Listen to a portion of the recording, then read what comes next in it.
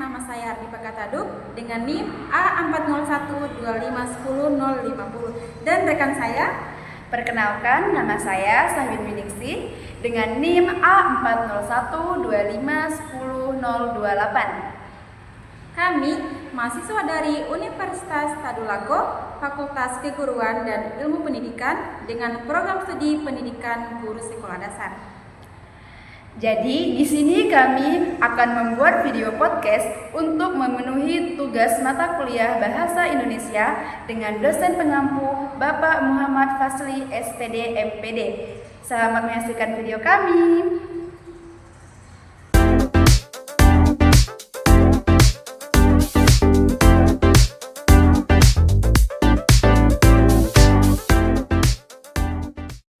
Di sini saya Ardi Pakataduk sebagai host pada podcast kali ini. Nah, pada kesempatan kali ini kita akan membahas tentang seni berbicara atau retorika dengan narasumber kita yaitu Kak Sahwin Winingsi. Gimana nih kabarnya Kak Sahyun? Alhamdulillah baik. Untuk sekarang apa sih kesibukannya kalau boleh tahu? Untuk sekarang sih kesibukan saya ya sebagai mahasiswa ya biasa kerjain tugas. Nah, sebelum kita membahas tentang retorika, saya ingin bertanya kepada Kak Sahyun. Apakah Kak Sahyun pernah merasa gugup saat berbicara di depan umum? Jujur jika ditanya apakah saya pernah merasa gugup ya ketika berbicara di depan umum, jawabannya ya pernah, karena saya pernah merasa kurang percaya diri ketika berbicara di depan banyak orang. Nah, Kak Sahyun, kita masuk ke pertanyaan pertama. Apa sih definisi retorika itu dan seberapa penting retorika dalam kehidupan sehari-hari?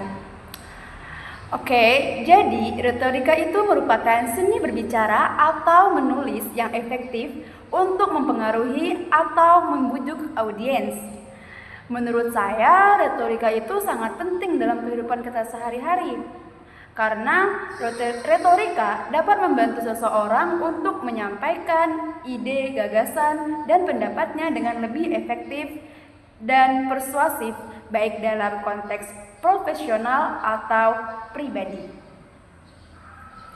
Pertanyaan kedua, bagaimana cara mengaplikasikan prinsip-prinsip retorika agar pesan disampaikan lebih persuasif dan efektif? Untuk mengaplikasikan prinsip retorika, seseorang perlu memahami audiens, menyusun pesan yang jelas dan terstruktur, serta menggunakan unsur utama retorika. Menurut Aristoteles, unsur retorika itu ada 3. Yang pertama yaitu ethos atau kredibilitas pembicara. Yang kedua yaitu pathos, emosi atau perasaan. Dan yang ketiga yaitu logos, logika atau isi. Nah, penggunaan bahasa yang tepat dan penekanan pada poin-poin penting juga sangat krusial dalam pengaplikasian prinsip-prinsip retorika. Pertanyaan selanjutnya, bisakah Kak Sahyun berikan contoh tokoh publik yang menurut Kak Sahyun memiliki kemampuan retorika yang sangat baik dan mengapa? Oke, baik. Kalau ditanya menurut saya memilih satu tokoh publik yang memiliki kemampuan retorika yang sangat baik, yaitu seperti Najwa Shihab, yang dimana beliau itu merupakan seorang jurnalis. Beliau dikenal karena kemampuannya dalam berkomunikasi, mengajukan pertanyaan yang kritis dan mendalam, serta mempertahankan pendirian yang kuat saat mewawancarai narasumbernya. Nah, beliau itu menggunakan gaya retorika persuasif, baik verbal maupun non-verbal, untuk membujuk narasumber agar memberikan jawaban yang lebih jujur dan terbuka. Selain itu, Najwa Shihab juga memiliki pemikiran yang kritis dan cerdas. Terlihat dari cara beliau mencecar pertanyaan, berusaha mendapatkan fakta-fakta yang baru yang penting bagi masyarakat. Nah, perpaduan gaya komunikasi yang digunakan oleh Najwa Shihab, di mana ia mengombinasikan gaya komunikasi formal dan konsultatif, Seperti dalam programnya yaitu Mata Najwa, ia menggunakan bahasa baku tetapi dengan pembawaan yang ramah sehingga audiens merasa nyaman dan narasumber lebih terbuka. Seperti itu. Ya. Nah, pertanyaan selanjutnya, menurut Kak Sayun, apa perbedaan mendasar antara berbicara biasa dengan berbicara secara retoris? Nah, kalau perbedaan mendasar dari berbicara biasa dengan berbicara secara retoris itu di mana berbicara biasa cenderung spontan dan tanpa perencanaan, sedangkan berbicara secara retoris melibatkan perencanaan yang matang, struktur yang jelas, dan penggunaan teknik persuasif untuk mempengaruhi audiens. Nah, bicara retoris juga memperhatikan bahasa tubuh, intonasi, dan penekanan pada poin-poin yang penting. Pertanyaan selanjutnya, bagaimana retorika dapat membantu seseorang dalam membangun kredibilitas di mata audiens? Nah, retorika dapat membantu membangun kredibilitas dengan menunjukkan pengetahuan yang mendalam tentang topik, menggunakan bukti yang kredibel, dan menunjukkan sikap yang jujur dan tulus. Penggunaan bahasa yang sopan dan menghormati audiens juga dapat berkontribusi pada pembentukan kredibilitas. Nah, pertanyaan selanjutnya, menurut Kak Sayun, apa saja hambatan-hambatan umum yang sering dialami seseorang saat berbicara di depan umum? Oke, jadi untuk hambatan-hambatan umum yang biasa dialami seseorang itu ketika berbicara di depan umum, itu menurut saya ada beberapa ya hambatannya. Nah, yang pertama itu hambatan psikologis, di mana seseorang merasa gugup, takut, dan kurang percaya diri. Yang kedua yaitu hambatan linguistik. Contohnya seperti keterbatasan kosakata dan salah ucap. Yang ketiga yaitu hambatan sosial dan budaya seperti perbedaan latar belakang, nilai, dan norma. Dan yang keempat yaitu hambatan teknis. Contohnya gangguan suara, alat, atau lingkungan yang bising. Begitu. Nah, menurut Kak Sayun, bagaimana cara mengatasi rasa gugup atau demam panggung sebelum bicara dan saat berbicara? Cara mengatasi demam panggung ya. Nah, jadi untuk mengatasi rasa gugup, seseorang dapat melakukan latihan pernapasan dalam, visualisasi positif, dan berbicara dengan percaya diri. Persiapan yang matang dan pengalaman berbicara di depan umum itu juga dapat mempengaruhi untuk mengurangi rasa kegugupan ketika berbicara di depan umum. Pertanyaan selanjutnya, apakah ada perbedaan antara hambatan berbicara secara fisik dan psikologis? Jika menurut Kak Sayun iya, bagaimana cara mengatasinya?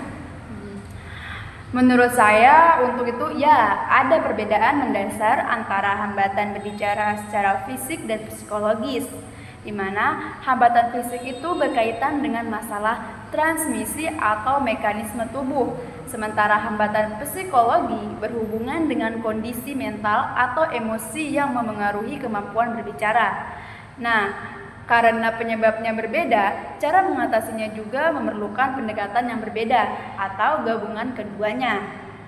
Contohnya, untuk mengatasi hambatan fisik, itu seperti kita bisa menggunakan terapi wicara, di mana ahli patologi wicara dapat melatih pengidap untuk meningkatkan kejelasan dan kelancaran berbicara melalui latihan artikulasi, pernapasan, dan suara. Yang kedua, kita dapat latihan vokal dan pernapasan, di mana teknik ini membantu meningkatkan kontrol pernapasan dan kekuatan vokal yang sangat penting untuk berbicara yang jelas.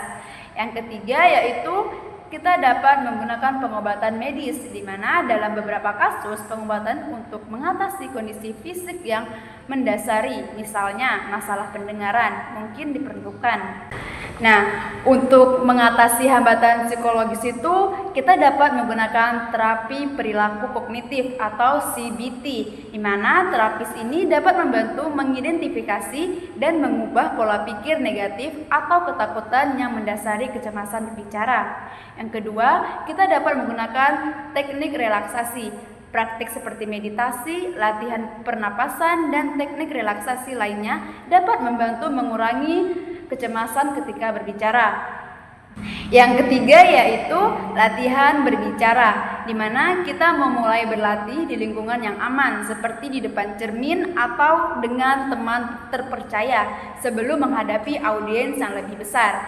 Yang keempat itu yaitu kita dapat melakukan penyuluhan dan dukungan, di mana kita dapat bergabung dengan kelompok dukungan atau mencari konseling dapat membantu membangun kepercayaan diri dan mengatasi rasa takut. Yang terakhir yaitu persiapan yang matang, di mana kita harus mempersiapkan materi presentasi dengan baik dan menguasainya dapat meningkatkan kepercayaan diri dan mengurangi kecemasan kita. Pertanyaan selanjutnya, bagaimana cara menghadapi audiens yang pasif atau tidak responsif?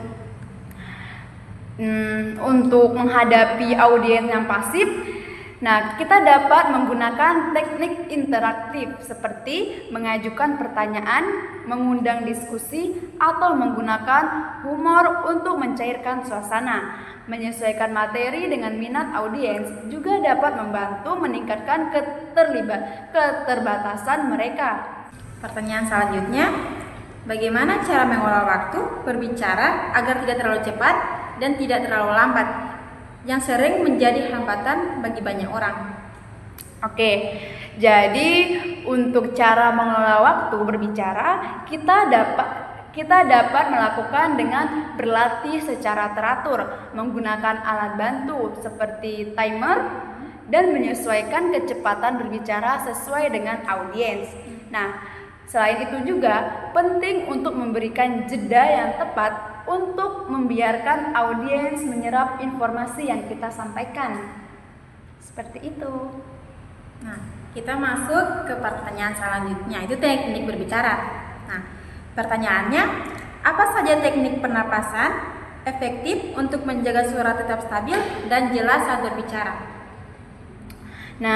Untuk teknik pernapasan yang efektif itu dapat melibatkan pernafasan dalam dari diafragma, bukan dada. Ini membantu menjaga suara tetap stabil dan jelas. Latihan pernapasan secara teratur juga dapat meningkatkan kontrol suara dan mengurangi kegugupan. Oke, itu jawaban dari narasumber kita, Kak Sahyun.